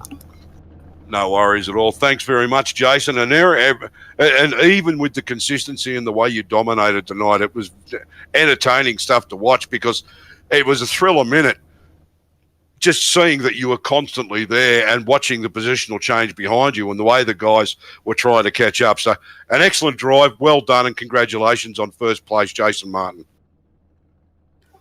Thanks, mate. That was our winner, Jason Martin. Next up, we're going to have second place physician, Sandman Stephen Clark. He drove one of the best races we have seen so far. He started in the fifth position, finishing first. Sandman, how'd the race go? G'day, boys. Yeah, it was pretty good. I really enjoyed that. And hats off to everyone involved because, the way and the nature of this racetrack and how bumpy she is, I was kind of thinking it might have been a bit of a caution fest. But, man, we saw some great racing out there, and I was really, really enjoying the battles up the front that I had. Yeah, we noticed at the beginning of the race, you're further more in the backside of that group of four guys that were all just battling. Y'all couldn't get separated until the last 10 laps. But we did notice that you started to move up there late in the race. Talk about that incident with Josh Micklemore just real quick. What we didn't catch it on stream, but we kind of watched back later on. But what happened between y'all two? Look, that was just good hard racing. Josh and I had sort of a bit of a laugh about it, I guess, at the end of it because he was just having a red hot go, and we were at the point where our tyres were absolutely shot because we'd had a pretty long green flag run there. And look, Josh tried to make a move up to the inside. I knew he was there, and I was going to give him the space going into the turn because I was going to have a hard enough battle to fight him on the outside on those tyres that I had anyway. But just as he got into the turn, he just pushed straight up into me, and I actually congratulated him because it was a heck of a slide there that he had. So he managed to hold it and keep it together, which was good. So it didn't ruin his race altogether, but it did a fair bit of damage to my car. I was understeering pretty bad from there on in. So, but that was just good hard racing. There's no hard feelings there between Josh and I. And yeah, look, that's NASCAR racing.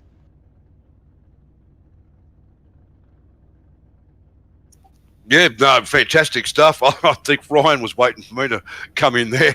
Look, fantastic. Congratulations, mate. It was a lovely drive at the end.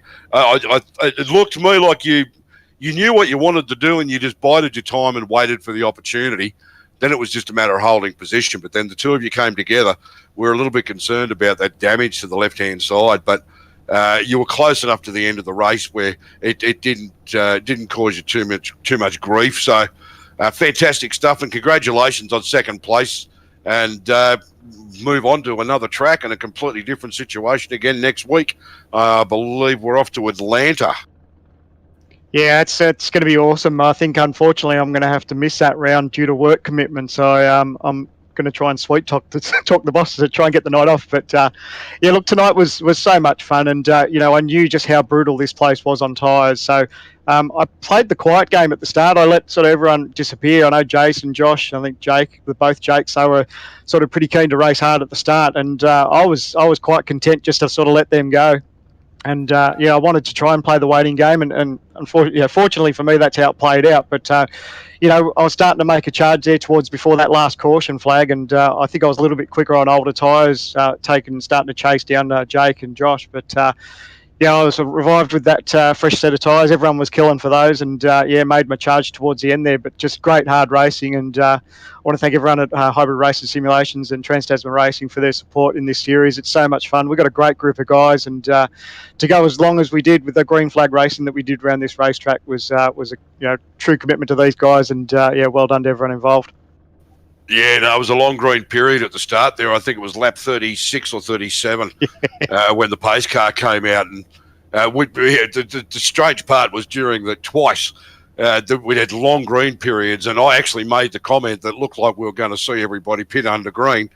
And within a half a lap there, somebody did something and we got a pace car both times that I said it. So Yeah, didn't actually jinx anybody in particular. It was pretty much the whole field. But look, fantastic drive, mate. There was a lot of excitement there between second right back to sixth and seventh, especially because of the close racing there. So with the positional changes, so great stuff. Fantastic finish for second place, and you're giving your shout outs and everything. So unless there's nothing Ryan wants to bring up with you, yeah, thanks for joining us and. Well done, and hopefully you can arrange to be around next week. Yeah, fingers crossed. And thanks to you guys for the broadcast and everyone at ANZCAR. It's a great series. Thanks, everyone. And that was our second place finisher, Stephen Clark Sandman. He had a phenomenal race with our next driver, Josh Micklemore. He started in second, finished third, didn't really go much of anywhere. He stayed at the front all race, Josh Micklemore. Welcome to the post-race interview, and your race was pretty interesting from start to finish. Let's hear about it. Yeah, it's the first race I've ever done here. Actually, I've only purchased a track during the week, so bit of a hill climb for me. But yeah, it was good fun racing. So, yeah, talk to us. You said you just bought it this week. Can you compare this track just from the short time that you've had it to any track you've raced so far? I don't know. It's very bumpy. I've never had a track like this that's bumpy as this. So, no, not really. I don't know. It's got a bit of a feel with sort of Bristol a little bit, but not really. I don't know. It's kind of unique, really, with the bumps and all that sort of thing. But no, it's a good fun track. Yeah, it's a great track. We've come to love it over here in the States, and now it's kind of rotting away. But one of the biggest questions we wanted to hear about was your tap with Sandman there towards the end of the race. We heard him. He said that you're just having a go at it. Talk to us about it from your viewpoint.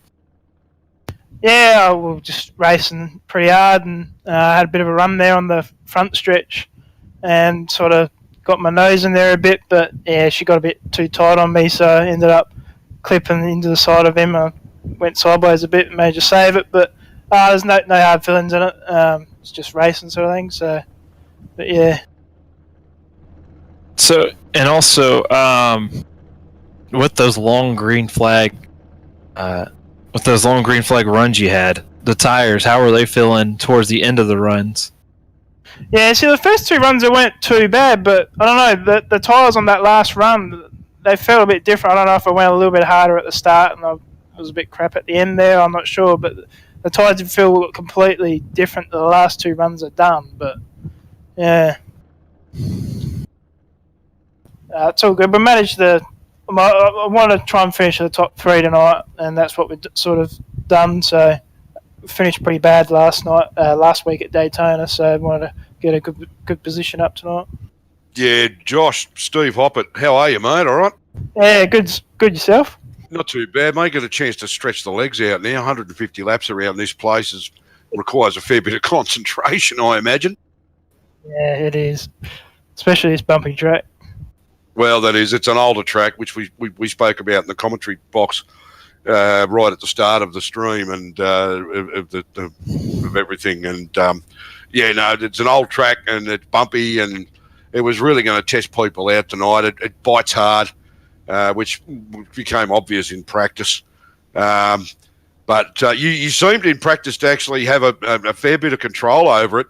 Then towards the end of the practice session, you just started to push it, or what? Because you seemed to come off quite a bit towards the end of it, whereas previous to that, you were just testing things, I imagine. Oh, is that in practice, you mean? In practice itself, yeah. I was kind of just drifting and mucking around, to be honest with you. At the end. Okay. Yeah, because that sort of translated into the race though, because that told you what the track, what it would allow you to do and not do as well. And pulling at third, that's a pretty big deal after the race tonight. As I said to Stephen Clark, positions 2 back to about 6th or 7th was very exciting stuff, and there was a lot of changes there, a lot of good, close, tight racing. So, yeah, well done, and congratulations on third place. Anybody you need to give a shout-out to? Just Nexus Esports, a team I race for, an American team. Those I just like to thank those boys as we're getting ready for NASCAR iRacing Series, starting 4 hours time actually, and Justin Rowden for painting my car. Done a good job for the 2018. So yeah, that's about it. No worries then. Well, thanks, Josh. An entertaining night. Congratulations on third place. That's a good haul of points, and we move on to Atlanta next week. So another different track with a different situation, and racing will be completely different again for the third week in a row after the Super Speedway at Daytona and then the Rock, and then we move on to Atlanta, which is I think it's a mile and a half or something. Yeah, I'm really looking forward to that track. I like it a lot. So yeah, no, it's a nice track, and yeah, I think two of the series actually go there, so it'll be interesting to see these cars going around Atlanta next Thursday night in the Thursday Night Thunder. So thanks for joining us, Josh. Congratulations. We look forward to seeing you in action again next week. So we'll head back to Ryan and Bernie and see what they want to do now. all right, thanks, fellas. That was your third place finisher, and it looks like what's left of the guys who are going to be interviewed is Jake Maloney, the guy we wanted to hear. We watched those last 10 laps try to run down Josh McLemore.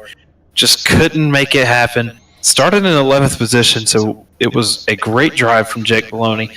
Jake, nice to have you in here. How was it? Yeah, that was good fun. Yeah, probably wasn't expecting that many green flag laps. But yeah, really enjoyable racing. Didn't have much speed in practice or qual, but sort of after that first stint, sort of picked up a bit of tips off some of the other cars and picked up speed, and sort of was running within top 5 with those. The 4, not Jason, obviously, he was leagues ahead of us, but yeah, no, that was good fun racing with them. Yeah, we saw there towards the end, you managed to get past Jake Blackhall after he made a small error, and you were running down Josh McLemore. Was that just because you had saved your tires earlier in the run, or were you just absolutely going, balls to the wall for the last 50 laps? I probably saved a bit of tires in the that last run. In the second run, I just went hard to see what my pace was and got up to third, but then started to lose the tires, so I just took it a little bit easier after I lost some positions in the pit stop, and yeah, it seemed to work out okay. Had a better tires than them towards the end, but just didn't have enough time to get past them. But yeah, move on. That was good fun.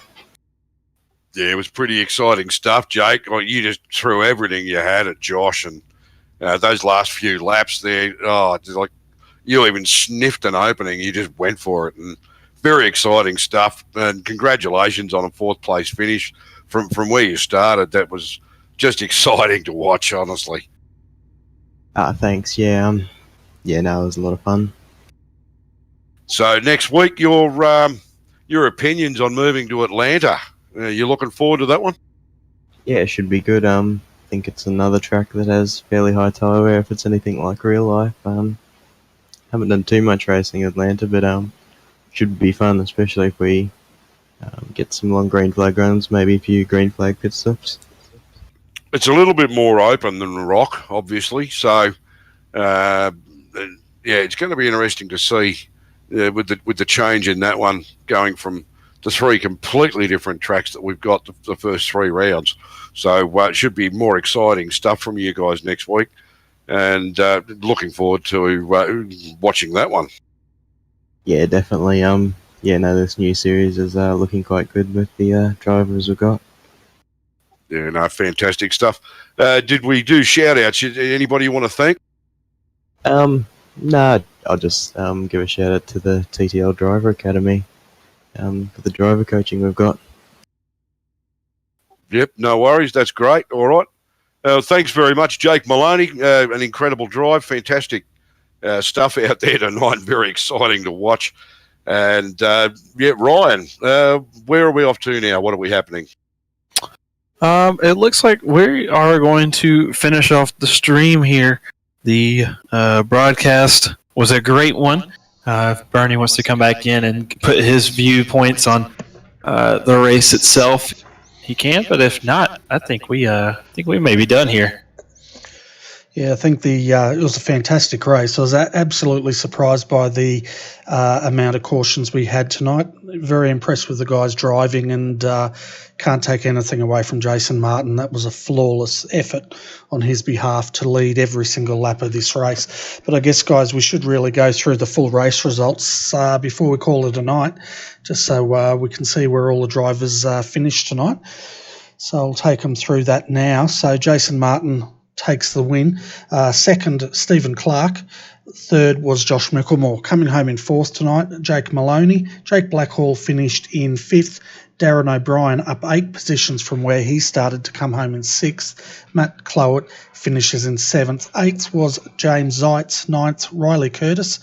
10th was Dave Douglas. Roger Clark also up 8 positions from where he started to finish in 11th. 12th tonight, folks, was Daniel Stevens. Home in 13th was Edward Foster, down 9 positions from where he started. Stephen Williams, he came home 14th. 15th was Darren Lord. Terry Marwood in the 12, he comes home in 16th. Craig Lawless in the 444, 17th. Darren McKenzie, well, he went out there after internet troubles, folks, and he came home in 18th. Then our retirement tonight, Kai Sloggett in the 11 was classified 19th. Norman Clark, he was classified 20th, and Thomas Hinds 21st. So that's the race results there, Ryan. Yeah, that was a great race overall. Highly enjoyed it. Next week is going to be a completely different track. It's going to race similar, but you're going to have a lot more space to run about. Rockingham is very much a single line, run the bottom. You can run the mid line through 3 and 4, live its bottom. Next week at Atlanta, you're going to see these guys moving all over the track. They're going to start low, they're going to end up high, and then further into the race, when these tires start to wear off, you're going to see drivers all over the track. So it should be a fun one. I unfortunately will not be here. I will be at work, just like Sandman. But we're going to have a great race next week if this week was anything like the last one. Oh, absolutely. I think you've hit the nail right on the head there. This series is only just heating up. I mean, that was fantastic racing on a track that I think a lot of people expected a lot of pace car periods. It was just, especially watching the way the guys did practice, a couple of people even went into the wall in qualifying. So it was expected there'd be a lot of caution periods and a lot of pitting, and it was exactly the opposite. We had, I think, was it two caution periods, and the guys were seriously looking down the barrel of pitting under green conditions. So it was only after we observed that something happened. So fantastic stuff. Great racing, and I hope everybody's enjoyed the broadcast tonight. So back to you, Bernie. Yeah, fantastic. No, thanks to you, Steve Hoppett, Ryan Shelton. They were your race commentators tonight. And by the looks of the likes and the thumbs up, guys, you've done a fantastic job, and the viewers definitely enjoyed that. But looking at the week ahead on RRTV, folks, tomorrow night we've got the Porsche Carrera Cup coming your way. Once again, they're going to Phillip Island, and then straight after them is the feature race for Friday night, and that's the Australian Online Supercar Championship, also from Phillip Island. Then Saturday night, we've got the RacingLeagues.com GT3 series back to entertain all the GT3 fans out there. But anyway, once again, Ryan and Steve, thanks for doing the commentary tonight. Did a fantastic job. Yep, thank you. And thank you to the viewers. And thanks to Ryan for making it in tonight. It's really added another dimension to the commentary team. Well, I'm always happy to do it. It's just a matter of when when I can actually get in here. Work work's a bit all over the place, and between work and my sleep schedule, with it being currently almost 7 o'clock in the morning, so. Yeah, we realise the time difference is a little bit of a problem. Yeah, so it's a bit all over the place. So we'll. I know it's a problem for me wanting to race in American NASCAR races, and I can imagine it's exactly the reverse for you. Yeah, it's a bit worse. It's a bit worse on my end because like for y'all have to wake up at 8 or 9 o'clock in the morning to race. If I want to race like the supercars, like the V8 Scop series or what have you, I have to wake up at 2 o'clock in the morning. And then if I want to watch supercars, it's another 1 a.m., 2 a.m., 3 a.m. sort of thing. So yeah, I raced in a V8 league, European league, back in 2012. So I know exactly what you're saying. Getting up at stupid hours of the morning. I mean, it's just lucky that I didn't have anybody living with me. I probably would have worn something across the head. Getting up at 2, 3 o'clock in the morning to go and race V8 supercars was right. Tough, but yeah. It was an experience. But, yeah, look, thanks for making it. It's been fantastic to have you in with us this week. And thank you to everybody in the live chat. Thanks to Bernie for all his efforts. He's don't know whether everybody's aware of it or not, but he's a little bit sore tonight because he's had some dental work done. So he's soldiered on and gotten the job done for us and brought us another great broadcast. Right on. And with that, I think we will sign off for tonight. Thanks for joining us, and we will see you all next time.